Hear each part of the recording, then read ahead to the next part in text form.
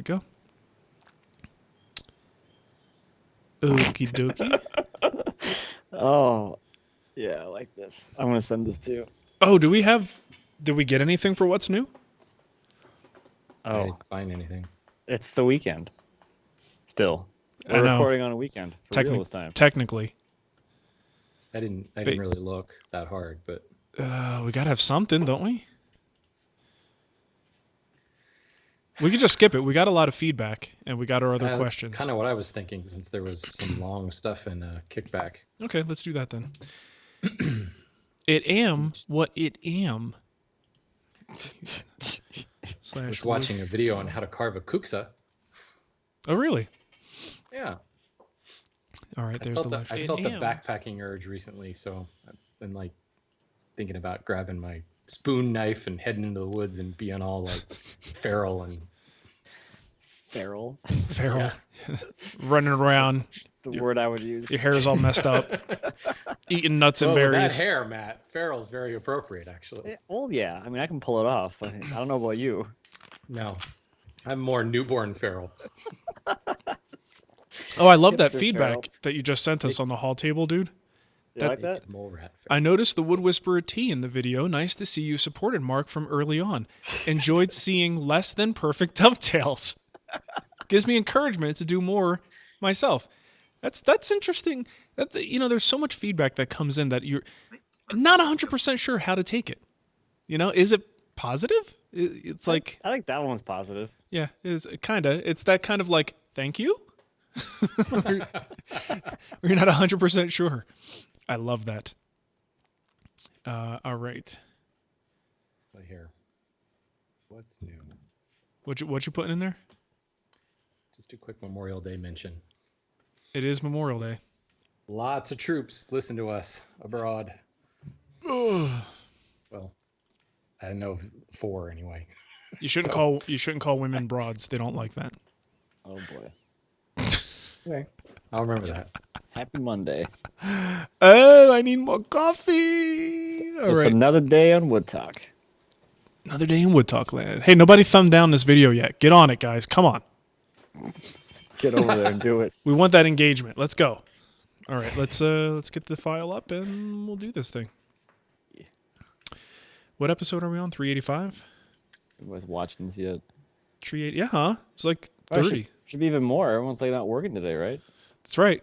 Stop because they're hanging not out with your working, but- families. They're actually not at their desks. Stop hanging out with those losers and hang out with these losers.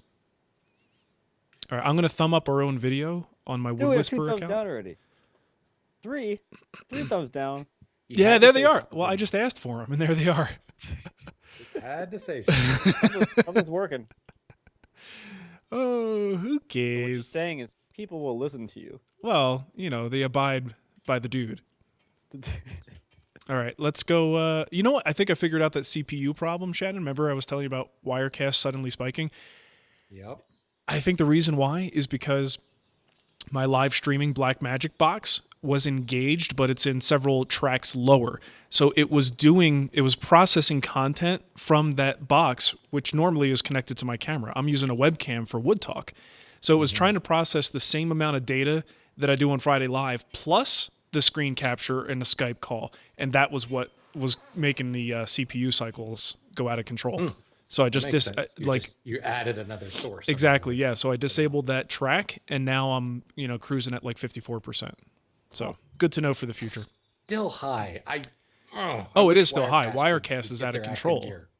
I don't understand why it has to run so hot Neither when you do can I. run an OBS, and I barely crack 17%. And I've got with 3 feeds, and I've three got different video feeds. a pretty powerful Mac Pro here. So Yeah. it's not like I'm running with like a laptop or something. Well, that's the only thing that's kept me from going to Wirecast is Yeah. I don't have, a quad core. I've got a dual core Mm-hmm. i7, with whatever 4.4 gigahertz, which should be enough. Yeah. But it goes super hot when you're on Wirecast. It makes no sense. It's also really inconvenient in my shop to do anything but a laptop down here. Right. I've carted the iMac down. the big That's got to be fun. 32-inch thing. You set it down, it takes up a quarter of the workbench. Yep. It's just not convenient. Giant pain in the butt, man. The things tell we ya. do. The things we do for the audience. All right, let's how about we just do a show? That's what we're here to do. Yeah, we should What? do that. Yeah, let's do it. Told me that. Welcome to Wood Talk. Now, here are three guys who put the fine in fine woodworking: Mark, Shannon, and Matt. I really love the way he says fine there. Fine. All right, so it's Wood Talk number 385 for May 29th, 2017. It is Memorial Day. And on today's show, we're talking about sprung breadboard ends, which hand tools should you spend money on, and getting started as a college student. We'd also like to thank some folks who helped us out over on Patreon, and I think we have two of them today. We've got Roy Bradstrom and Jim Rumsey. So thank you so much, guys, for helping us out. And if you want to help out too, you can just go to patreon.com/woodtalk. And we got a bunch of different reward levels. Trying to talk today. It's a little bit early, not recording at our usual time, so forgive me if I jumble up my words. But anyway. Give him a hard time. No, don't. Patreon.com/woodtalk. You'll see all the different reward levels. See, I'm doing it again. Shut up, Matt. You jinxed me now. You're welcome. I'm talking like my daughter Ava. Can't put out an actual word yet. So you do look alike. Yeah, we do. That's awesome, isn't it? I mean, for me, not for her. I feel so bad for Nicole. None of your kids have her in them at all. Actually, Mateo's really starting to look a lot more like her. I think when they're younger, they look like the dad, so the dad sticks around because he's like, yeah, I guess they're actually mine. I should stick around here. That's my theory. Because the younger they are, kind of the goofier looking they are, because they're still like filling out. Yeah, it's only natural that they would look like me. We're naturally goofy. I was waiting for her to grow that beard, and that we'll be all set. So anyway, go to Patreon, help us out, get some stuff in return, and even get extra content like the email extra that we do every week, which is a lot of fun. And I think we can just jump right into the whole what's on the bench thing. And for me, I'm working on that wiping varnish shootout, which was long overdue. I put my test boards in the office to kind of cure up for a couple of weeks, and a couple of weeks turned into a couple of months, and just haven't been able to get to them. So as far as them being up to like full strength and fully cured, I think I'm there. So that's actually one variable that's not going to be a problem. And I spent all weekend doing just the goofiest things with this stuff, dropping car keys on it, dragging a brick across it. Here's the interesting thing. These tests, like to kind of spoil the ending, were not nearly as exciting as I expected them to be because... What? I'm shocked. I know. You would think it would be amazing and riveting, Spoiler. but spoiler alert, it wasn't that exciting because you know what? All of these finishes work really well. So like a lot of the stuff, like okay, so one of the first tests I did was putting a wet washcloth on top of the wood and putting a iron, like a clothing iron, set on medium just to simulate like the hot pizza box kind of thing. And I left it there for like 15 minutes. See, this is the problem with it. You can't commit. Just go buy a pizza already. Put Yeah, it on there, right? You're right. Come I should buy like 6 pizzas, and so I could run them all at the same time at the same heat level. Yeah, but then you have to buy like the drier pizza and then like the really, really greasy style pizza. A juicy wet pizza. You know, because that's a whole new variable. It really is. Greasy wet. And then I got to compare the cardboard thicknesses from one pizza box to the next pizza box. I mean, it's really going to get out of control. Is it corrugated? Is it not? Exactly. There's a lot to worry about. But anyways, so I figured this was like, it's direct wet contact. There's no cardboard involved, and this should be a good test. And I'll tell you, all 4 of the finishes I tested, not one of them showed any indication of being affected by this direct hot moisture content. Just like contact is what I meant to say. Nothing happened. So I had to keep like upping the ante with these things to try to get some kind of damage to take place. I'm like, all right, now here's a flamethrower, you know, we'll see how this one does. So I'm trying to make it an interesting video. There are some results to look at. There were some interesting things happening, but I was actually kind of disappointed at how well all 4 of these finishes performed in the test. So It worked too well. yeah, I was just expecting to have some kind of like massive failure where we could be like, oh, that finish sucks. But I mean, they're all pretty damn good. I mean, hasn't that happened to at least both of you guys at least once where you planned like a video and then you get into it and you're like, damn it, it's working. This is not as exciting. It's not failing. Like I did something showing the differences between the different types of bits and how they all say 3/8 of an inch, but they're actually not 3/8 of an inch. And I pull out the micrometer. I'm like, son of a. I mean, they're like within 128th of one another. I was Yeah. like, this is stupid. Well, Like, there goes just that trashed theory. The whole video and moved on. It's Yeah. like, all right. Yeah, there is definitely, thankfully, some other value to this besides that, because even if they all perform well, there's color characteristics that happen. There's what it does to the grain, how deep it absorbs, how long you have to work with it, and how expensive the finish is. So that's kind of, I'm not actually picking a winner in this. I'm just showing people these different attributes because I've used all these finishes. They're fine. They all work great, but each one of them, kind of has its own attributes. And then trying to present this information so people can actually make a choice for themselves. So that's kind of the goal, and I think we'll be able to hit that. It's just I really expected there to be more, just more carnage in this whole testing procedure. So, Wow. But that's about all that's going on for me. What about you, Matt? Well, we just got back from my parents' place, and one of the things I find really interesting about traveling, at least out of this area, my parents live 400 miles away, southeast of us, and like if you drive through Kenosha where they are, you see a dead standing tree, it's almost guaranteed to be an ash tree because they have the emerald ash borer down there.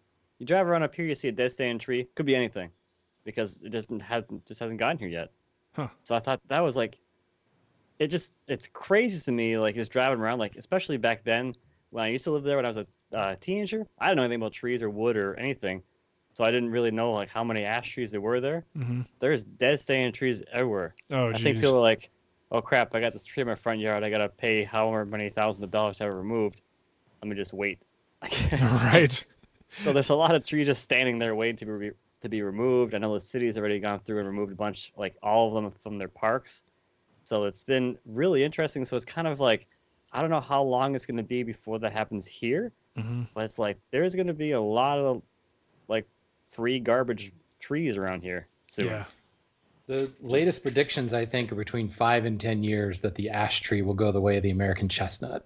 So really quick. That is so sad. Really quick. Like I wouldn't be surprised within a year if you started to see it. If it's 400 miles, a year, maybe 2 before you start to see dead ash trees in your neck of the woods. Yeah, it's really sad. It's very.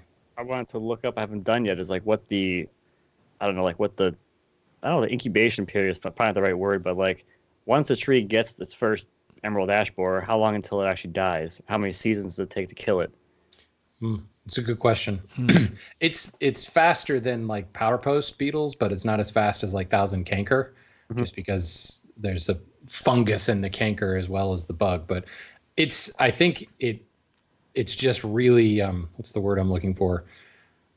Malignant, like really aggressive. I mean, it basically just like shuts off all of the nutrients to the tree, and it just shuts down the tree. So I would imagine. I guess it would depend how many borers it most. has at that point, too. Yeah. More borers, the more blockages of nutrients, and faster it dies, I guess. But it's really interesting because I got like 2 ash trees in my yard. They're healthy, they're big, and they're going to be dead someday. Which is weird. I haven't really done much reading all or gonna be research, dead but like someday. is there no defense whatsoever against this? There's treatments on the city trees here. Like they've been treating them with, I guess, some kind of chemical or pesticide or something. So you'll see, like driving around, you'll see the ones that they treated with a like a green ribbon around them that says been treated. I don't know how effective it is, but they're doing something about it. I hope it's somewhat It effective. doesn't do a damn thing. But I don't know. It just makes the tree look be pretty some- because it's got a new ribbon. Could be some group that lobbied to have that done, but I don't know anything You about sure it. it's not like a besides the fact support our it's there. troops ribbon, Matt? It's not. It is not. It's not that kind of ribbon. Marking the course for the local 10K run. It's more like tape that says like stop EAB or something on it. I'm pretty sure that's not military related. This tree is. Yeah. It says "Don't eat this tree" is what the Don't ribbon eat means. this. It's full of bugs. Not edible. I think what it comes down to is it's just so rampant, and like, what do you do? Like, fumigate the entire state? Put up a plastic house and go all Stephen King with a dome over top of it and just fumigate it. I don't think they can keep ahead of it. Yeah. It all comes down to cost. How much money do you want to spend trying to save the ash tree when it could just become reinfected? And it's sad. I don't think there's much they can do to fight it. Well, in the big picture, I mean, I got to imagine someone's doing the thought process on this. Like, what happens when this tree is eradicated, the species is eradicated? Like, is it really a ecological problem, or is it something that other trees can take up its place and do similar things? Or, is it worth the effort, the time, introduction of, nasty pesticides and chemicals just to save this one type of tree? I mean, I know that they're saving, just like they're replanting the American chestnut and trying to bring it back. They're saving certainly seedlings and stuff so that they can replant it maybe 20 years from now. I don't think it will ever truly go extinct. But yeah, it's so hard to say, though. There was a video I saw recently about they reintroduced wolves into Yellowstone, I think it was. And they talked about like all the things that changed over the last 20 or 30 years. And it was ridiculous how far reaching the introduction of one species was. Like the water levels rose. Like they worked down, literally downstream enough to the point where enough of the vegetation was eaten away or allowed to grow back because of the small like rodents that were being eaten by the wolves, that the stream levels rose and the banks strengthened and things like that. It was just like, you've got to be kidding me. Oh yeah. It was just the introduction of like, a couple of horny wolves and that was it. Whoa. Easy. That was also that was one of the. You don't want to put a couple of old wolves that aren't interested. That was one of the alternative names for this show, actually. A couple of horny wolves, yeah. And then we decided on Wood Talk. So, yeah. Nice. Well, that's interesting. I learned something today. Yeah, we learned that when Matt was a teenager, he didn't know anything about wood. Yep, he didn't even know where wood came from. Nothing. Nope. He just thought they were brown sticks in the forest. Didn't know that actually that was where lumber came from. Shannon. All right. Anyway, so I'm still working on my wall cabinets. I actually started a second one yesterday. I don't know. It's a long weekend. It all runs together. So I've got the Shedua cabinet framed up and ready to do the knife hinges. Gotten the doors and everything sized for it. It's going to be really cool looking. The one thing that I just realized I forgot to do, because I think I told you guys last week, I was doing these cabinets as a knife hinge demonstration for the hand tool school. So I was so focused on just creating the carcass so that I could put a door into it that there's no internal structure. So it's just this like 17-inch tall, 20-inch wide carcass that is now joined together. So yeah, I've got to go back in and like put some dados and things so I can have some shelves. I'm going to go kind of asymmetrical Krinoff on one of them and just kind of have a little like cantilevered shelf that doesn't extend to the bottom, just kind of hangs out there. But I still have this wide open vertical space next to it that I need to figure out what I want to do with that. The problem is there was no set function for this. It was purely designed as a demonstration. So I don't know, like, I don't have a place to hang it in the house. I need to probably figure that out first so that I know what might go in there. But yeah, it was just one of those silly things. I was so focused on getting ready to be able to do the knife hinges that I realized that there's absolutely nothing functional about this essentially wall hanging frame now. So yeah, I've got to go back in, and that should be an interesting task, cutting joinery after the case is already glued together. And it's not exactly a huge case. If it were 24 inches wide or whatever, you could get in there with a chisel and a mallet or whatever. So Sure. It should be interesting to figure that out. Or I may just continue to be lazy and just say, hey, I was doing this to do a knife hinge demo. So It's just a sample. We'll see. Leave it under the bench and pull it out whenever you're doing a demo. Right, exactly. Nice. A sample made out of fine African Riff-Sawn Shedua with beautiful curly maple doors. As your sample should be, Shannon. Yeah, That's true. That's true. it's all you for sure. All right. So we don't have a lot to share with you in the What's New category, but we will, obviously it is Memorial Day, so we want to make sure everyone is having a good one out there. And, it was interesting this morning. My son, he knows it's Memorial Day, and he just wakes up and he's like running around the house going, Happy Memorial. All he knows is he's not in school today. So, Happy Memorial Day, Happy Memorial. He's like it's Christmas, you know what I mean? Like the way, the tone of it. And I had to kind of sit him down and say, buddy, do you understand what Memorial Day is? Has anyone explained this to you, what the holiday is actually about? Not that I want him to run around and be somber all day, but I had to explain to him it is not quite the kind of holiday that that Christmas is, one of these other holidays that you just run around being, crazy. There's because more barbecue on Memorial Day. Yeah, there definitely is more barbecue. There will not be any gifts, under the Memorial Day tree. That's not going to happen. the Memorial Day Festivus poll. But yeah, it is one of those difficult holidays, because obviously the whole point of it is to remember people who sacrificed their lives to give us, to give us an opportunity to do a stupid show like this, Right. So you got to sort of respect that and not be nuts about it. But at the same time, I think it is a good thing to have a good time on Memorial Day, because that's what these people fought for, is for our ability to have these freedoms, to do these fun things and celebrate with our families and stuff like that. So anyway, just a little Wood Talk Memorial Day. Thank you. And a big, huge, giant thank you to everybody serving now, because we know I've heard from at least 4 guys that listen in Afghanistan. There's one guy in Iraq that's listening to us. There's one guy in Korea that listens to us. I hope they're still listening to us. So, thank you guys for what you do. We sincerely appreciate it. We probably don't say it enough. No, and isn't it amazing when we get that feedback and you find out that totally. there's, someone overseas, military person listening to this show, just because it's like a little reminder of home, something that they enjoy listening to when they're going through some really crazy stuff over there. So humbling to hear that. So thank you. All right. Happy Memorial Day! Yeah, there you go. Take off your clothes, Shannon. Run around the shop. Go get a beer. It's time to party. Oh crap. Okay, let's get to our kickback. So got a couple of voicemail kickbacks here. Let me cue that one up. So we talked about Handworks, and this is a little bit of feedback from someone who attended. Hey, Mark, Matt, Shannon. This is Jeremy over at JMAW Works, and I was at Handworks, and I was wanting to give a little kickback. You made comments about everybody looking like they were all packed in there, and I would just tell you that while it may have appeared that way because of the fact that there was one big barn, lots of people in there, probably especially when Roy was there giving his presentation, but also the fact that there was multiple venues, so spread out over maybe say 3 or 4 blocks, and the Greenwood barn especially, being outside and whatnot.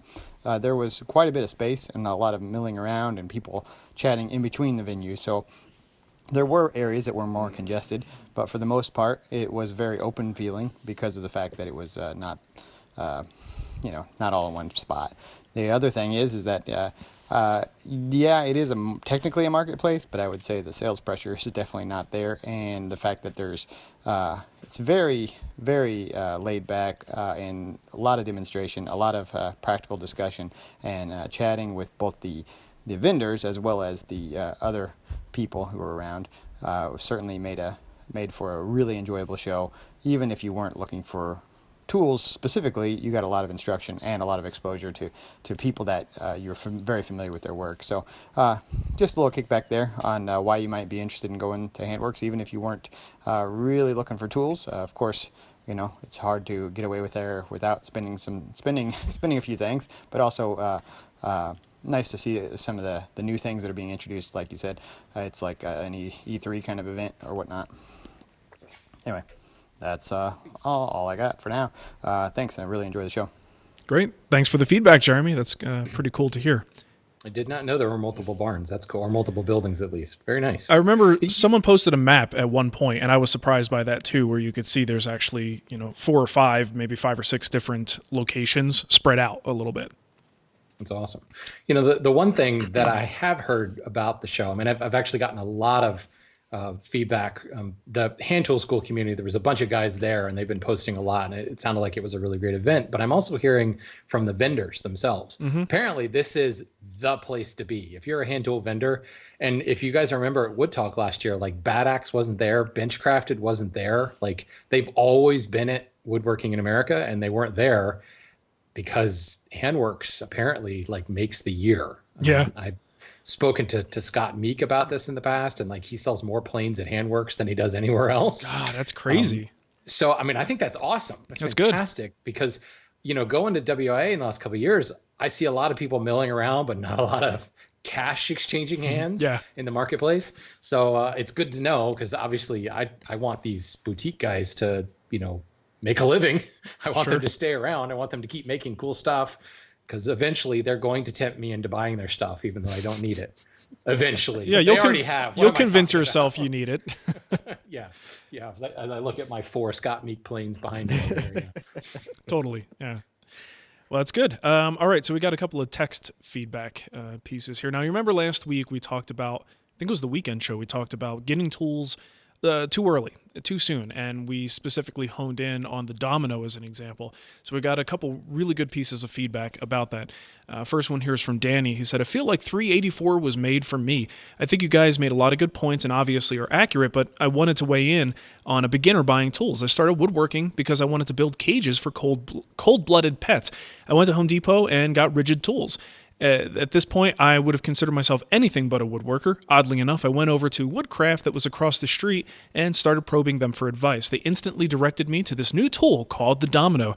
I literally got a domino before I ever knew what a mortise and tenon was. To me, it was less expensive option than buying $300+ cages and 300 plus cages. So he's got a lot of reptiles that he keeps at $300 each. It was a done deal. They pointed me to YouTube to some nerd named Mark at the Wood Whisperer. Instantly, I became obsessed with the hobby. $40,000 later, I'm your guy. I have more money than skill or ability. In my defense, I look at these tools. I look at it like tools don't lose value quickly. You can always resell them, and they last a lifetime if taken care of. Eventually, the skill will catch up with the tooling. Then I will have what I need and more. Thankfully, I'm happy to say that I don't feel like I've wasted money, as in I don't own 20 planes. I have like 4, most of them being low-angle stuff that's versatile. The major chunk of my money has gone into Festool, though again, I only have their jigsaw, track saw, and some sanders and a drill. I do have some tools that I don't care for, my Rikon bandsaw, jointer planer combo, so on and so forth, but I still shop smart. My jointer planer combo, I think I spent about $1,000 out the door. He says, not mad about it at all. In fact, the rigid stuff has all broken and been sold or replaced, but none of my big money tools have. I have thousands of miles on my track saw at this point, and it's still my go-to. But to confirm your podcast, I still, 6 years or more later, have a hard time tuning up tools. Knowing depths and placements, layout in general is a huge problem. Though I can cut a mortise and tenon, I still cannot do it well. I don't have the motivation to practice, and in my defense, most of my shop time is spent on the casework and cages. Love you all. Love the show. You guys are so right. I know you know. I'm stifling this horrible burp here, and it's the perfect timing. Apparently, we know we're good. Something like that. But again, I felt as though you were talking to me. Sorry for the poor grammar. It's Saturday night, and my wife is chewing my bottom for doing this now, but I couldn't wait. Danny, well, thank you for enduring the bottom chewing, and interesting perspective there. Thanks, Danny. Absolutely. You know, that brings up another point, though. Like, he went to Woodcraft, and they're like, "You've got to have a domino. Here, take this." Of course, that. You know, I mean, it's not his fault. It's the guys at Woodcraft and that guy with the nerd shirt. No, I was brought in after the fact. It wasn't even my fault. I was just, once he was sold, I was the instruction manual. You were what controlled the buyer's remorse. Yes, essentially. Yeah, exactly. There you go. It was a noble service. Good for you. Thanks. Let's see. Where's this? Oh, here it is. Sorry. I was looking at the wrong line. Mm-hmm. This one is from Joshua. He says, Guild member here, writing in response to premature tool acquisition discussed in 384. I am definitely guilty of buying tools I do not need. I have explored this wonderful hobby for a little more than 2 years, but certainly consider myself a noob. I don't know how to spell trolleys. Trolleys. Okay. As a second shifter in the public safety profession, he's a 911 dispatch supervisor. Very cool. Or not. I don't know. Depends on why you're calling, I guess. Mm-hmm. I have very little free time in the shop. I find myself compensating by stopping at estate sales, garage sales, auctions, woodworking stores, hardware stores, big box stores, etc. whenever I can. In the process, I've wound up with 5 hand planes that I've never used, 1 fixed base router that has never touched wood in the shop, a 12-inch bandsaw that I've used once, a joiner that's only been turned on to prove it works. There has been 0 milling, an Incra iBox jig, 2 belt sanders, 3 sets of chisels. The only tools used regularly are my drills, impact drivers, clamps, air compressor, Kreg, pocket hole jig, router table, 5-inch random order sample table saw, radial arm saw. Each purchase was made in the mindset that I really need these items to be a better woodworker, but I did not have a specific need or project in mind. I keep telling my wife that these purchases are still smart, as I will already have the tools when I actually need them. But in reality, I don't have immediate plans to incorporate them into any projects. I definitely did not need to buy all of these tools just yet. I still need to improve my skills so I can periodically incorporate new tools as I go. Keep up the good work, guys. This is my favorite podcast, and the term hairy giggler is amazing. I agree with that. 100%. That's a good one. Okay, so as a sort of counterpoint, I really like this voicemail we have here from Vince and his personal experience with the domino. Oh, by the way, this is really long, but I think it's worth it. Matt, Shannon, and Mark, what up? This is Vinny from Atlanta. Want to give y'all, who am I kidding? I'm from Jersey. Want to give you guys some kickback regarding the show last week about buying tools too early. Specifically the domino as it relates to not learning the tasks, skills, and whimsy that is cutting a mortise and tenon and building projects with that skill therein. So here's some kickback from a guy who bought a domino in his first 2 months of woodworking and has been doing so for 3 years and has never cut a mortise and tenon. So let me start by saying I couldn't disagree with you guys more. Let me tell you why. The first project I built was 2 months into woodworking, and it was soon after I bought a domino. It was Mark's green and green Adirondack chair from the Guild build. Now that's a project where the design involves a lot of mortise and tenon joinery, and in some cases some funky angles. So first of all this business about the domino just being point and shoot, I ain't buying it. If your stock isn't square and milled appropriately, it's still going to look like poop. No different than a mortise and tenon, a dovetail, a pocket screw, any other joinery. So we certainly haven't cheated ourselves out of the skill building required to square up our stock.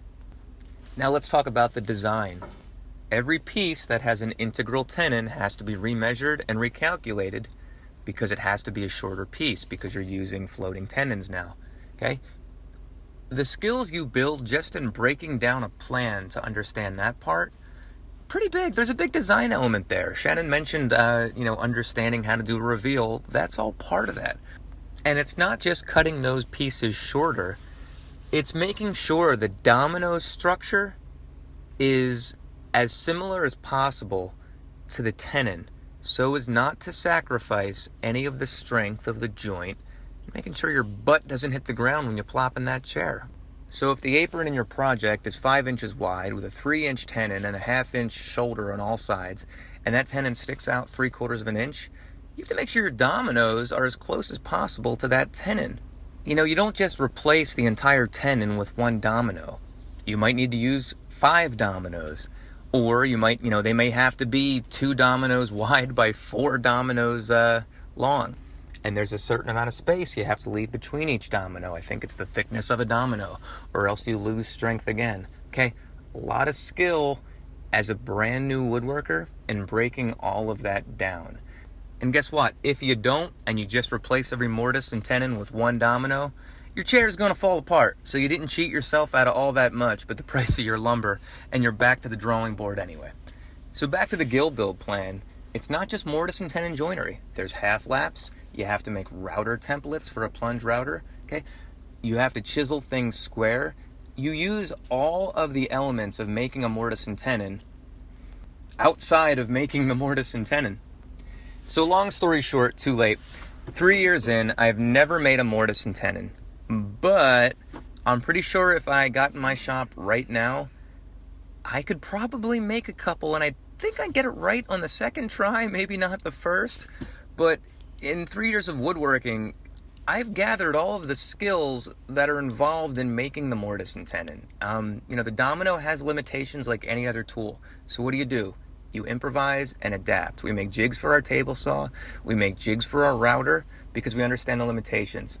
And we find ways to make them better. You do the same thing with the domino. And guess what? I ain't cheated myself out of nothing. Well, all right, that's my voice memo. Up next, we got traffic and weather. Here's Supertramp on 92.5 Wood Talk. I actually thought about queuing up some music, but every time I do that, Google says we can't monetize the video. We get a copyright thing slapped on us. So, very good points there. Vince, I still don't totally agree with him, but I think what this comes down to is each person's personal experience. And not everybody who gets that domino is going to approach it the way that Vince has to sort of fill in the gaps that the domino might leave. So I think this is very, dependent on each individual person and how they approach it. And clearly, the way Vince is doing it is absolutely working for him. So good deal. Well presented too. Yes. Kudos, Vince. Yep. Definitely. I don't know if you wrote that down, but that was well done. Well, I mean, it was 4 minutes long, but it was good. Oh, was Definitely. It? Yeah, it was 4 minutes right there. That's the thing. It didn't feel like it, did it? Good for you. Good for you, Vince. Way to go. You have a feature in something. Making stuff with the domino. Something. The domino. And being a radio host. Yeah, I don't think there's much future in that. No, well, maybe a podcaster? There we go. There you go. Okay. All right, this next one is from Dustin. He says, "Hey guys, on the scraper dilemma, I use a product from stumac.com to draw out and hook the burr. It has a pre-angled burnisher set into a slot that makes it easy to repeat the process. While it doesn't allow for angle adjustments, it's a good place to start. Thanks and keep up the great work. P.S. Shannon, I enjoy the wood industry updates. Keep them coming." Good deal. So I think we'll put a link to this in the show notes, but it's a piece of wood with a rod at an angle sticking out the end of it, and it's got a slot in the end. Didn't Lee Valley have something like that? I have no idea. I thought somebody. They had one, but it was you could like dial in the angle and all that fun stuff. Yeah, it's not Typical. the first time I've seen that sort of fixed angle burnisher like that. Okay. Well, we don't have any voicemail today. The voicemails were kickbacks, but you can send us voicemails in the future, whether it's kickback or a question, using your voice memo app on your phone, and send that to woodtalkonline@gmail.com. All right, let's get into our emails here. I got one here from Ferg. He says, "Hey guys, I've been woodworking for about 12 months and slowly honing my skills in hand tools, machinery, and design. I've watched and listened to countless hours of Wood Talk. The Wood Whisperer and Renaissance Woodworker. Sorry, Matt." Actually, I just wanted to end the question right there. Is that possible? Good question. Man, it's too early. I'm fighting phlegm today. Okay. I'm just about to start on an outdoor table with breadboard ends using tenons with through pins. Would it be best to have the breadboard end sprung or have the pins slightly offset to draw the end tight to the top? Thanks for all you guys do. Keep up the great work. So this, I actually wanted to talk to you guys about this as well. Generally speaking, if I'm doing a breadboard end, I'm just going to offset the pins, and each pin is going to draw that breadboard in equally across its length and just kind of keep it nice and tight, theoretically at least. But I have also seen in situations where, like extreme conditions, like an outdoor breadboard end, for instance, where, the wood can be quite powerful, so even if you do that offset, maybe there's a chance toward the ends you might get some separation there. So I like his idea here of doing sort of a slightly sprung joint, which is going to put a lot of extra pressure out to, to the ends to hopefully keep them a little bit tighter. So, and I'm still not 100% sure what my answer is for this. Would either of you guys do the belt and suspenders on this and do both a sprung joint with the offset tenons, or do you think that might be possibly even inducing a little bit too much pressure and tension to that joint? It sounds like a lot of pressure. You think it might be too much? I mean, obviously it would have to be over a longer distance. Like I just did breadboards on a blanket chest lid that's only 18 inches wide. Mm-hmm. And I mean, that would have to be the tiniest amount of spring in order to get any kind of flex over an 18-inch breadboard. Yeah. Plus, the tenons themselves are only 3/8 of an inch thick because the top is 3/4. I would be really hesitant to try to expect a drawboard tenon to pull up a gap of anything. I mean, I suppose you could put a spring in it. It would just need to be really minimal. Because I'm thinking you could probably clamp it, right? So you can get the sprung portion, get it out of the way so that you can drive your pin in and do your offset. Right. But then that puts a lot of pressure on those center pins. Right. All the pressure goes on the pin itself. But, it's a lot of it throwing depends. glue in there because a spring joint's just glue. That's what's holding that in place. So I suppose, you're putting glue on your center tenon. It's essentially the same thing, right? If you're clamping it up. Mm-hmm. So are we really asking you to do anything else? In fact, all we're doing is strengthening it by throwing the pin in there. Right. So is it overkill, Matt, you think? I think it depends on how wide that breadboard end is, because if it's like a normal one, it's like maybe 3 or 4 inches wide, you could clamp the spring out pretty easily. Mm-hmm. But if you start getting up to like 8-10 inch wide breadboard end, like a big old one, Like your farm table. like the farm table, you're gonna have a hard time clamping any kind of spring out of that. Yeah. Did you almost get dirty there, Matt? Oh yeah.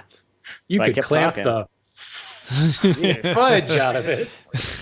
It's Memorial Day, right? Come on. He's already drunk. Come on, give him a break. I've been drinking all morning. You know all how he is on Memorial Day. Can't control himself. right? I'm on my third 30 by now. There you go. All right. So, bottom line is, I think my instinct is just go for one or the other, and I think just go for the offset pins. It's a classic way to do it. Should be okay, but if you do any kind of a sprung joint, make it very, very slight. I would not induce a whole lot of extra pressure there. I don't think it's totally necessary, and it sounds like it could very well be problematic for you, either in the assembly and clamping phase, or maybe long term. I don't, but I'm not saying that with any strong level of confidence, but it just feels like it would be overkill. Sure. Yeah, what I said. It feels that way. Okay, Matt, put your beer down. Do your question. Oh, I mean my beer hat, Yeah, the beer helmet. your beer helmet. Get the tubes out of your mouth. Let's go. Oh man, You should wear a beer helmet during one of our shows. That would be great. I have to go buy one. Yeah, Like they're where do probably you even cheap get those online. things? Go Oh, I make guess- one. Come on, it'll be Come on. it'll be a Patreon expense. We'll get it for you. And get one of those Cremona head stickers right on the front of it. Maybe we should make that a Right there. Patreon level goal. I think that might be. To have Matt wear a beer helmet. That's a milestone. Matt wears a beer helmet from now on. Dude, it's like there's one for Oh, from now $10.99. on. $10.99 on Amazon. We basically Things- turn the show into an internal drinking game, and every time I say invariably, Matt has to drink. Yep, I think exactly. it's bad now when I'm sober reading this stuff. It's only gonna get worse or better depending on I think it would be how better. much you like of the show. I vote better. I say better. Yeah. Oh, all right. This one. I am a college student trying to get into woodworking, and I live in a small apartment. I already have some basic tools. What steps can I take to start making projects? Do I need to build a small workbench, find another space to work, etc.? Love the show. So I took this question because I was a college student getting into woodworking at the time, but I didn't live in an apartment. I lived in a house. But like most people that have an apartment or live in apartments that do woodworking, normally they have like a spare bedroom that they use for woodworking. If you're a college student, I'm pretty convinced that you have that place fully stocked with people to get your rent down as low as possible. So you probably don't have a spare bedroom to work in. So depending on your apartment, maybe a balcony you can work on. Otherwise, if you're going to be focusing more on working in your own space or working at your own apartment area, you're probably going to have to look to working outside or at the kitchen table or the kitchen counter, which I've done, and then it's fine. It works. It's not efficient in any means because you're setting up a workspace and taking it down every time, but you can certainly get things done. I think if that's your case, if you have to get things broken down and set up and all that stuff, you're going to need obviously a workbench is going to be very helpful to have unless you're actually using the kitchen table as the workbench. But having something that actually breaks down really easily but still really stout and you can get a lot of stuff done on, that's going to be a good way to go. I don't really know off the top of my head of any break down Rubo lightweight workbench thing, but I'm sure that it's out there because there's a lot of people in your same position. The other way to get around this is to find a makerspace. If you're a college student, maybe the college there has a wood shop or something like that where they might allow you to go in there and work off hours. Who knows? That's definitely an option. Otherwise, there's maker spaces that are coming up all over the place nowadays that you could check out as well. It gives you access to all those tools, and maybe that's kind of like a hybrid kind of approach where you go to the maker space to use the bigger tools to do like the milling of your lumber, your stock, and you do some like hand tool joinery at home at your kitchen counter, which was that's where I cut my first dovetails, was on the kitchen counter, chopping pins. Really? Yep, on the kitchen counter. I did not know that. You'd be surprised how like in a workbench design, you need like a really rigid workbench. So when you do make your chopping cuts or whatever, the force is transferred directly to the workpiece and is not absorbed by the workbench or it doesn't flex or whatever. Kitchen counters, very rigid. Yeah. It will not move. It's actually, besides the fact that you got like little wood chips everywhere in your house, it works out pretty well. So I'm guessing you didn't have granite at the time? No, that was for Micah. I'm not sure I would be pounding on my granite countertops. College student. College student has granite gonna say. countertops. I don't know, man. You come from Where money. the hell did you go to college? I know your history. I forget how young you are. That's right. You haven't worked up to granite yet. That's fine. That's fine. Go ahead. You'll get there. On the next one. You'll get them on the next one. I don't have granite. Well, you live in the East Coast. All your houses are old out there. I'm still working up to granite, apparently. Well, you can spend all your money on your tertiary homes. That's the That's problem. The main house and then the sub house and too much going on. I guess to sum up my answer, where there's a will, there's a way. And if I can add to that, I built a toolbox a while back that doubles as a workbench. You know, it was just a toolbox with a slide-off lid, and I made the lid out of 8/4 and drilled a couple dog holes in it. So That's a cool the idea. dog holes, first of all, the dog holes can work like with a holdfast, but they also are positioned so you can put like a stop down, you know, just a thin 1/4-inch board with 2 dowels in it. So it acts as a bench hook of sorts. And the toolbox, I mean, the toolbox should be in quotes because it's heavy, you know. I mean, you can put a lot of tools in it, and it does have a shoulder strap, and you can put it on your shoulder and carry it, but like you're not Roy Underhilling through the woods and over the river to grandmother's house. You're carrying it to the driveway to put it in the car. Yeah, you need a forklift to move it around.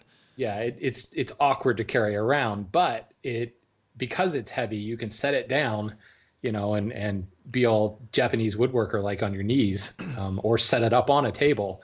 I even put a front vise on the front of it. So That's a cool idea though, because it's all self-contained. You can kind of just, assuming you can move it, put it into a closet or something, or maybe use it as like a base for a coffee table. You know, yeah, and then you can take you could take it to all your tertiary and quadriary homes That's as right. well, and woodwork there. So, yeah, it's. I mean, certainly that my design. I'm partial to it because I designed it. You can see one of my videos on my channel about it. But there's lots of things like that where just a simple toolbox giving you a flat surface that, if nothing else, you can run a clamp across it, you know, and clamp something vertically to saw a dovetail. And when it comes to face work, clamping is highly overrated, I think. Having a fence to work against, like a bench hook, is, at least with hand stuff. If you're using a handheld router, hold that in place, people.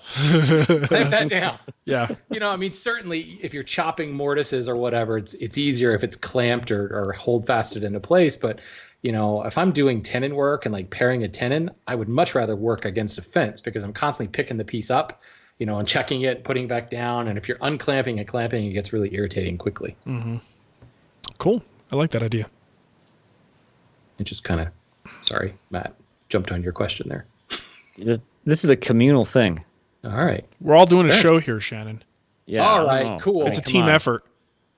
All right. Well, you guys can't jump in on this one because this is from Anthony, and he says, my question is for Shannon. Oh, okay. We'll stay out of it. But he starts out actually by saying, first of all, I have to say my wife and I look forward to watching the show on Monday. We agree that Matt doesn't giggle too much. Ah, There you go. there you Oh, go, boy. Matt. Well, there's two people for you. Yeah, there's 2 thumbs up for more giggle Matt. Might have to bring it back. More hairy giggler. So he says, my question's for Shannon. I've been finding myself using less and less electricity in my shop these days, and I want to add some premium tools to my collection. What tools do you feel the premium money is better spent? Saw, smoothing planes, joiner plane, chisels, or whatever. What would you get the most bang for your buck? Smoothing plane, no question in my mind. You can restore all kinds of planes all day long, but the smoothing plane is the one plane that you require the most precision. You require the tightest mouth, the flattest sole, the less vibration, mass, all that stuff. The smoothing plane, buy a premium smoothing plane, and it's a finely honed tool that pretty much out of the box is going to give you stupid whisper thin shavings. It's going to help you defeat tear out because it doesn't have vibration, any of that stuff. You can certainly do this with a vintage plane. I had a guy on YouTube the other day who just said, yeah, you can restore a vintage plane, but even the best restoration still sometimes is not nearly as good as some of the modern ones. And, maybe I'm not going to voice an opinion on that, but I've been blown away by like what my Lee Nielsen number 4 can do, by what my Scott Meek smoothing planes can do, my Veritas smoothing planes. They solve all your tear out problems. On the opposite end of that spectrum, things that I would not spend premium money on would be chisels, which is funny because I have some Lee Nielsen chisels. But I I've would got a not do whole that, bunch of but I vintage did. chisels. Yeah, don't do as I do. Do as I say. But I use my vintage chisels more than anything. And yeah, the steel may not be as hard or durable, so you sharpen more. So you get better at sharpening. I actually find I don't know if softer is the word for it because it's still steel, but the softer steel of vintage chisels actually feels sweeter in the cut. A lot of people will tell you can get it sharper because it's a little bit softer. I don't know. But you can buy, a whole bunch of chisels in a shoebox at a flea market for a couple of bucks and sharpen them up, and they're going to work pretty much as well as a Lee Nielsen chisel. Now, it won't have the same bevel ground angles for dovetailing and all that fun stuff, but I don't know that that's really that big of a deal, to tell you the truth. The other thing I would say is saws, back saws specifically. You can buy a lot of different back saws, but there are so many phenomenal makers of back saws. And 9 times out of 10, the people I know that are having problems with hand cut joinery, and they're like, I've got to work on my technique here and technique this. And the saw is really the one tool that you're allowed to blame the tool. If the saw is not set properly, if it's not sharpened properly, if the hang angle is a little bit off, if the handle is kind of a poor fit, it's really hard to cut straight with a crappy saw. So I would put the smoothing plane up there first, and then I would put a back saw. Ooh, I don't know. Maybe at 1 1/4, 1 1/8 on the list. Because you could certainly build a lot of projects for the shop that don't require smoothing, in which case you do require a really good back saw. So just buy both and don't worry about it. There you go. Boom. I like that. Boom. All right. I think that's going to do it for the show today. You don't want to miss that email extra coming up. We record that right after we finish up here, and that's for $4 patrons and hires. So if you go to patreon.com/woodtalk, you can find out all about that and catch up on all the old email extras. A lot of good content there. And today we're going to talk about how we handle those frequently used tools, things you would normally keep in an apron, how we keep those handy if you don't use an apron. And let's see, we've got a couple different ways you can support us. I mentioned Patreon already, but you can also go to twwstore.com and get yourself a Wood Talk t-shirt, or you could look us up in the iTunes store and give us a rating. That's always nice. And Shannon, how about you give them the contact info, and we'll get out of here. My pleasure, Mark. If you have comments, questions, or you are a wife who is trying to figure out why your husband is now cutting dovetails on the table, send those inquiries to matt@mattcremona.com. Not on the table itself. They're not dovetailing their table. They're dovetailing on the table. Backpedal, Matt. Backpedal. As long as it's for Anyway, Micah. There's a bunch of different ways that you, the concerned spouse, can contact Matt to tell you how wrong he is and how much he's ruined your dining table. No. Yep. Oh, boy. He also has Send us free wood. your So voice memo. You can send us a voicemail if you want, but we're not going to tell you what the number is anymore because we love the quality of voice memos. You can send those voice memos to woodtalkonline@gmail.com, or you can just go to our fancy contact form at woodtalkshow.com/contact, leave your comment there, or go to the website, go to this episode, and type in how you ruined your dining table at woodtalkshow.com. So you can make another one. Oh, Yes, there we See? go. There you See? go. yeah, and As if you always, you can catch us on the Twitters, the yeah, that. Facebooks, Wood Talk Show, etc., etc. and if you complain enough to Matt, he will send you some free wood. So That's true. keep that going. Why you gotta keep telling people that? I just want to remind them. I'm doing you a favor. They believe you. They do. They do. It's great, isn't it? Oh, yeah, real great. All right. Well, thanks for listening, everybody, and we will catch you next time. Goodbye. Bye. The free wood thing never gets old. Ugh. All right. Let me save that file. For folks listening to us live, we're going to record the weekend show now so that you guys can hear that ahead of time, and then we'll kill the recording or the live stream when we do our email extra. When's the barbecue, Mark? Mine? Yeah, you know you're barbecuing. I barbecued all day yesterday. Brian and Tina are coming over today. I don't know that we're barbecuing, though. I think Nicole's cooking something, but probably soon. It's 11 o'clock, so they'll be here for lunch. All right, here we go. 386. Should have Brian come on the show. What are we talking about? Seriously. Tell us how he made one of those little 3D marble models I don't know if you've seen those where they, like you have a roller coaster thing. Like he was making one of those at his house. I was like, oh, that's your woodworking, Brian? Very nice. That's awesome. Yeah, well, Mateo saw it and it was all over, so I had to buy one for him and assemble it for him. Because that's how we assemble things in this house. Like he gets all excited about it, and then I have to put it all together myself. And then he gets to play with it. Stupid kids. All right. Stupid kids. They're so dumb. They don't know anything. They just don't get it. They don't know anything. Why are they so stupid? All right. Love my kids. I love them. You I'm guys gonna have cry. any show title suggestions for I that? love them so much. Two horny wolves. Oh, true. Can we do that, or you think that's is that over the line? Because that shit was tamer funny. than some of the stuff we've had. It's tamer than Matt's wiener between two boards, or whatever true. we put in the show notes there.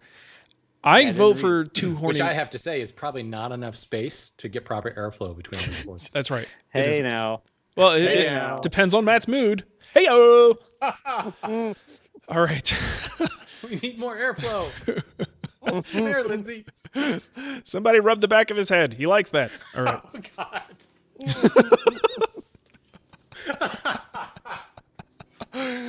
Okay. Wow. Don't ask me how I know that. It's just, it's just This is why you tune in live, people. Or don't, whatever. Yeah, Or don't tune in live. Never again. Oh, she's a nit. Okay, so I forgot what I was saying. I lost my train of thought. Okay, so do you think that's okay? Two horny wolves? Is horny a bad word? Should we poll the audience? I don't think so. I mean, it's not a curse word. It's certainly not a word I'd want my 5-year-old running around saying. I'm going to say two amorous wolves. Two wolves boinking like rabbits. That's There we perfect. go. I'm good with it. I have no problem. Just do it. We'll deal with it. Send all the feedback to Matt. You know what? It's engagement, right? It is engagement. We like that engagement, don't we? Okay, so here's the thing with the weekend question. It's specifically about Benchcrafted. Matt, you did Benchcrafted vices on your workbench, right? Yeah. Okay, so we all have installed at least some Benchcrafted gear.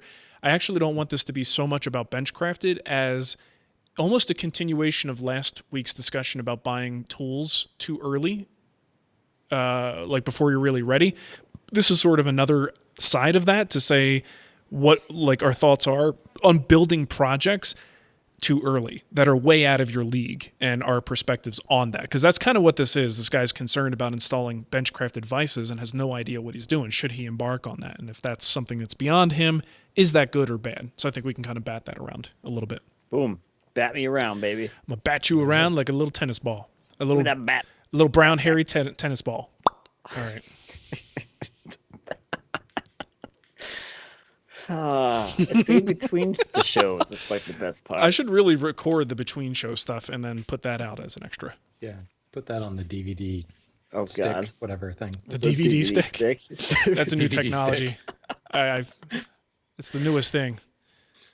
Bluetooth, Blu-ray, DVD sticks. The Bluetooth 45. All right, let's do a show, yo. Welcome to the Wood Talk Weekend Show. It's time to unbutton those pants, crack open a fresh grape soda, and let the soothing sounds of Mark, Shannon, and Matt caress your ear holes. All right, it's Wood Talk number 386 for June 2nd. Wow, it's already June. Amazing. 2017. And it's already the weekend. It is the weekend. Oh, thanks for mentioning that. I forgot. It's the weekend! All right, on today's show, we're talking about doing projects before you're ready. Now, last week we talked about getting tools before you're actually ready for them. Buying, a domino, for instance, before you've ever actually cut, substantial traditional woodworking joinery. This is sort of an extension of that, but I think you'll find our perspective might be a little bit different on this one. Doing projects before you're truly ready for them. So we got a question here from Daniel. He says, how scared should I be installing my Benchcrafted vices if I'm very new to woodworking? Now, granted, this is specifically about the Benchcrafted install, and all three of us have installed at least one Benchcrafted product in our workbenches, so we do have a perspective on that. But I think the broader topic is more interesting to say, should people dive into projects that are well beyond where they are on paper, let's say, in terms of their growth as a craftsperson?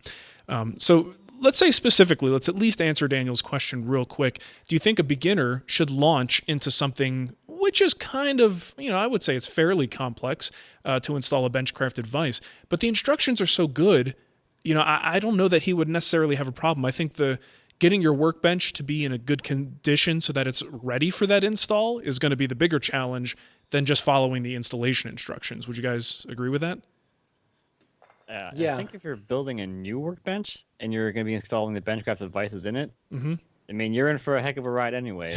You're already in. The vice install is nothing compared to the rest of the ride. And like you said, the instructions are so good. It's so well documented. You just follow the steps and you'll get there. I mean, most of it's just, can you use a router and edge guide maybe, drill some holes? Right. And that's pretty basic stuff. And by the time you get there, Matt's got a point. Like with all the work that's got to happen prior to that, by the time you get there, like your fine tuning skills are going to be a lot better. Yeah. And I think with Benchcrafted, the precision that they require, it comes down to flat and square stock. So you're going to have lots of practice doing that before you get there. But yeah, that's one thing you can almost like characterize the company Benchcrafted around is really meticulous instructions. Even videos on their website showing you how it's done. So yeah, Jamil's always been very good about that. Yeah. I would say only to be rivaled by the Wood Whisperer, frankly. Only. Maybe. But yeah, I agree. When the tail vise still had that curved profile to it, I'd say yes. But now that it's square, I think it surpasses the Wood Whisperer. Yeah. So yeah, I think they are as detailed as you would absolutely want them to be for a beginner or experienced woodworker. Now let's go to the more broad topic here. Doing projects before you're really truly ready. And I think, to me, this is one of the things that allowed me personally to get better at woodworking much faster than I should have any right to. And it was always jumping into projects that I knew I wasn't ready for. And I found, I guess, and it depends on your experience, because someone can do that and fail miserably and become depressed and say, screw this, I'm done with this whole woodworking thing. Or you could have a success and be encouraged to move on to the next giant challenge. So I guess it's going to be an individual thing. But I would say for me personally, I love taking on projects that are well beyond what on paper my skill level says I should be able to accomplish. That's how I learn, trial by fire. I couldn't agree more. I personally don't believe in the whole this thing is too advanced. Certainly there's the aspect of this is how you get better by pushing yourself, but I sbelieve that every project can be broken down into basic steps. And if you say you've got some sculpted piece or whatever, and you're like, man, I don't even know where to begin, reverse engineer it, walk it back through the steps, and then you're like, well, I still don't know what to do. Break it down even further. And you get to a point where you're at a very basic step. And then if you're still like, man, I can't hold the chisel, I don't even know which end is up. The sharp end is well, never mind. Depends on what you're doing. But at least then you've got a hyper-focused task ahead of you that you can focus on. That if you're still scared, there's maybe a practice exercise or something you can do. But there's just woodworking doesn't, at least in my world, hand tool woodworking, it doesn't happen very fast. So there's lots of opportunity to kind of sneak up on the fit. And I think even in the power tool world, there's lots of opportunity to kind of set it wide and sneak up on the fit of that tenon, or, slowly dropping that God, you can tell I don't work with power tools. What's that thing called that spins? The router. The hoochie mama. Yeah, the hoochie blade. You slowly drop that hoochie mama, and the dingle hopper. Even at 12,000 RPMs, you're slowly sneaking up on that fit of that cut or something like that. And the more you get kind of in your head and thinking, this is difficult, this is complex, the more you just got to relax and break it down into basic steps. And I don't know, I've seen way too many people who, for their first project, you're like, you've got to be kidding me. That was your first project? You suck. I hate you, And Mark said it earlier, the worst thing is you have this terrible failure. And I'd actually love to hear from some people who've had a horrendous failure by taking on something that's too difficult, because I know a lot of people who certainly have struggled, but they've ended up with a project that they've been incredibly proud of.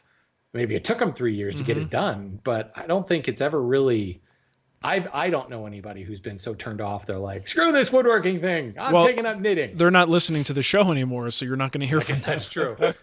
Those Wood Talk guys told me I could do anything. Yeah, they've moved on to saltwater aquariums or something else. Yeah. So, Matt, what do you think? God, I hate to agree with you guys. It doesn't seem like a very I hate entertaining it show. too. You're such a jerk. Just disagree, would you? I can't do it. Personal experience for me, I'm just not happy just like producing the same thing over and over and over again, using the same exact techniques over and over again, because it just doesn't give me any opportunity to grow. So throughout my entire journey to get to where I am now, it's always been, I don't even like consider like the skill level. It's like the desire to actually build that thing, and I'll know the skills I'll learn along the way. And I haven't had any like super big disasters, but I mean, I've certainly struggled along the way.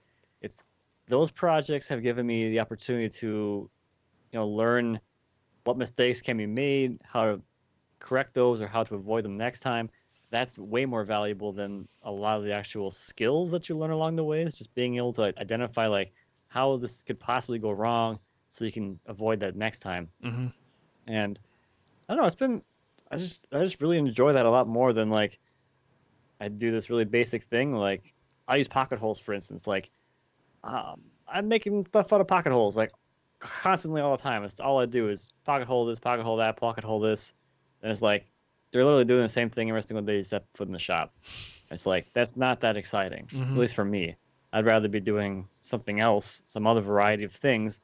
That's not just some basic project that just is out of whatever, pocket holes and construction lumber or whatever. Well, you like to change it up. Like today I'm using coarse threads, and tomorrow it'll be fine threads.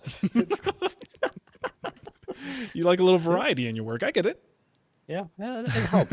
I don't know. I think a lot of people like I guess it is really dependent on your personality and how you are, but it's like your risk aversion. Like how risk averse are you? If you're really risk averse, I don't know. But if you like to take risks and you understand that taking risks, you get those rewards, then jump into whatever project you want to build. Like you want to own that piece of furniture, go ahead and jump into it and figure out the steps to make that, because it's probably not that difficult if you have some of the basic skills, if you break it down, like Shannon said. So I mean, it's just part of the process, and you'll learn, and maybe the first one you make might not be that great. You'll probably be pretty proud of it the first time you get done with it. Maybe like 2-3 years down the road, you look at it, you're like, what was I even doing here? Whoa. But that's just part of the process. Yeah. Well, and even your worst day in the shop, you can still make something that the average person, a friend, a neighbor, family member, will probably appreciate and not see the same flaws that you see in it, or if they see any flaws at all. People appreciate that stuff. So don't let it go to waste. Learn from it. And to the risk averse point, because you get that a lot. People are like, I don't want to ruin this beautiful wood, and guys like Matt and to myself to some extent, we don't feel that way because we are wood rich, if you will. Turds. But I know we talked about this once before, but I'm really hard pressed to think of a mistake that has caused me to actually have to like burn a part. Yeah. That it's so bad that I've got to go get more lumber. And that, it's cliche, but the whole being able to fix your mistakes is the true mark of a master, right? So, that risk aversion thing, look at it rationally here. Look at it realistically and go, what's the worst that can happen? Assuming you still have all 10 fingers and toes, that board can't be so screwed up that you have to throw it out. And if you do, s'mores, S'mores, baby. Silver lining to everything. Dude, guess what? I just had s'mores the other day. Nicole bought the chocolate. She got the graham crackers. And here's the thing. I'm the only one in the house who eats the damn things. So we've got a fire pit in the backyard, right? So I'm sitting out there with my little stick and my marshmallow. And I just realized, and there's like a walking trail in the back. And I'm like, God, I hope nobody walks by. because I look like the lonely old guy sitting out there roasting marshmallows and eating s'mores by himself. You're by yourself out there? How like your kids are like enjoying the bonfire? No, too? Nicole's upstairs putting Ava to bed. Mateo's inside playing on his Game Boy, and Dad's in the backyard roasting marshmallows, having a party by it. It was almost depressing if the s'mores didn't taste so good. And then of course I come in with like marshmallow in my beard, which was great. Anyway, sorry, totally took us off topic. But you know what, Shannon, you brought up a really good point about skill levels. I've been pressured over the years to include skill level designations on guild projects. And Yikes. I have resisted. I wouldn't even know where to begin. Right. I've resisted the urge to do that because every project. The 4. 6. Yeah. What is the scale? I mean, but if you go anywhere else, anywhere else that sells plans and has video, topics and usually written plans too, they will divide these things into beginner, intermediate, and advanced. But I resist the temptation to do it. I refuse to do it because I have seen so many beginner woodworkers come in and with the proper, just like the Benchcrafted stuff, with the right set of instructions, they come in and they nail it. Now, not everybody's going to be able to do it, but you have all the resources you need to make that happen. And so many people in the guild are fresh to woodworking and they tackle a project that they want to build. They want that thing, just like Matt was saying, and they make it happen because of their desire to get that. And we give them the tools to do it. So I will never put skill designations on there because that discourages people from tackling those projects that are beyond their skill level. Because I told them it's an advanced project. They're like, oh, I'm new. I can't possibly do that. Well, no, that's bull. And how many people have jumped in and built the Rubo as one of their first projects? And that is an insane build. That's just nuts. That's Physically a hard project. Yeah, I mean, it's just physically large. The joinery isn't all that difficult, but it's so big. It's a huge undertaking, but people do it because they really, really want that workbench. So, yeah, I think skill designations are kind of BS. I don't believe in them at this point. So, I wanted this conversation because I think it's a good counterpoint to what we talked about last week with getting tools too early. This one we're like, yeah, go for it, well before you're ready. Do it. It's obviously easier said than done, but this is the one thing I hear more than anything else. Well, I want to do this project and this project, because I really what I want to build is, X, but I'm waiting for my skills to progress. Mm-hmm. And I think, what are you waiting for? Like, is there some sort of like certificate that we get? An engraved invitation? After a point, Mm-hmm. do you, I mean, I suppose there's a comfort level that comes. I mean, I could go into the shop and, we still get, not so much, I guess intimidated is a good word for it. You still get intimidated by certain tasks, which to me just translates to procrastination. It's like, I'll do that later, and I work around stuff. But there's never really anything that is just that difficult. Yeah. And I'm no woodworking savant by any means. It's just, just do it. Well, I think you do that enough times, you build confidence that you'll be able to get out of any bind you get into. Or if you don't know, you've got resources online of people who can give you advice on how to get out of that. So like when I did the Maloof chair, right? First time I was doing it, and talk about high stakes, I'm showing other people how to do it at the same time and telling them that I'm going to teach you, even though this is my first time doing it, I'm going to teach you how to build this chair. That was really risky. But I've done that so many times, and building something for the first time, the foundations are there. None of it is like overly unique. And it's just a matter of having that mindset that you could jump in and make it happen. I mean, Matt, how many high boys had you made? Or what was it? Your big secretary or some secretary? Yeah. That's what it was. How many of those did you make before you made that one? 0. Exactly. I wanted it. So I wanted to be able to make something. I think that's also very common amongst the hobbyist woodworker. We're not building the same piece over and over and over again. I know there's some people that do, they'll build it and then they build 4 more, or there's a lot of guys that, hey, if I'm going to build 1, I might as well build 3, they're batching stuff out, giving things away as gifts. And there are certainly people who enjoy that, this is my go-to thing. Project. Yeah. I can bang this out and I know that's going to be good. Cutting boards or things like that. Yeah. Like I'm just not wired that way. So every project I'm building is the first time I'm building it, but I think that's part of growing your skill, if you will, where, like I said earlier, if you break it down, it's all the same thing. Mm-hmm. That famous Maloof joint is a couple of rabbits, right. A couple of flanking rabbits on either side of the board and the groove to accept those rabbits. So you can look at it as, oh, crazy Maloof joint. It's got to fit exactly. Or you can look at it as, okay, well, I need to chisel out a space on the top, and then I need to chisel out a space on the bottom. Or I need to route out a space on the top or a space on the bottom. And it suddenly it's like, oh, well, that's easy. Now do that a couple more times. Yeah. Well, it is an angled rabbit, Shannon, so Okay. makes it well. I know Even you, easier. I when know it's you done use with hand tools. tools. You use hand To the tools, so line. it doesn't matter because it's a line and you just chisel to it. But normal people have to think about this stuff. Yeah, well, which is why I say hand tools make you a better woodworker and a better person in general. That's true. Oh, That's boy. true. Yes. Oh boy. I'm reaching it all on that one. There he goes. I Oh like boy. it. You really need T-shirts that say that for the hand tool school. Be a better woodworker, be a better person. The hand tool school. You can have that. Oh man. You can use that. That can be your new slogan for the school. I like that. That won't backfire at all. Not at all. All read right. So, hey, you know what? Let us know what projects you guys have done that were beyond your skill level. You had no business doing it, but you knocked it out of the park. We want to hear those stories. Or maybe, like Shannon said, how about the opposite, where you actually did try to do something that was outside your skill level and you fell on your face. We'd like to hear that. Yeah, if you're what still into We want woodworking. to hear that so we can tell you how you should have recovered from it. That's right. There you go. All right. Well, I think that's That'll going to... send them in. That it will, for sure. All right. Thanks for listening, everybody. Have a wonderful weekend, and we will catch you next time. Happy weekend. Bye. All right. That was a good topic. I like that one. I like it a lot. Unlike all the other ones that suck. I like Finally the got a fact good that topic. I've already got the show notes done. I gotta pee, but I'm gonna keep that sense of urgency so we can get this extra done quickly. There we go. Oh, I should probably read this. Huh? Let's see. Read it, man. Read it. Cuts all. Oh, the apron one, right? Okay. Hey, people listening live, thanks. Appreciate it. Thanks.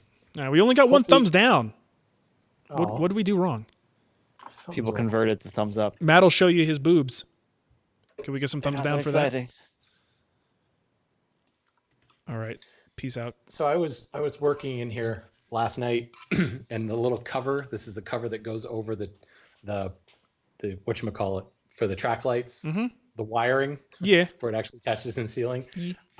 Apparently, I stuck it up there, and I went to got distracted or something when I went to get the screws because it's a friction fit up there.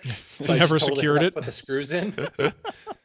I'm sitting here working, and suddenly, bang! Like this plastic. I mean, it's certainly not heavy, but it made a god awful clatter. Scared the crap out of me, man. And I had sharp chisels in hand. It was not good. Did you drop a Hershey kiss in your pants? I'll cut you.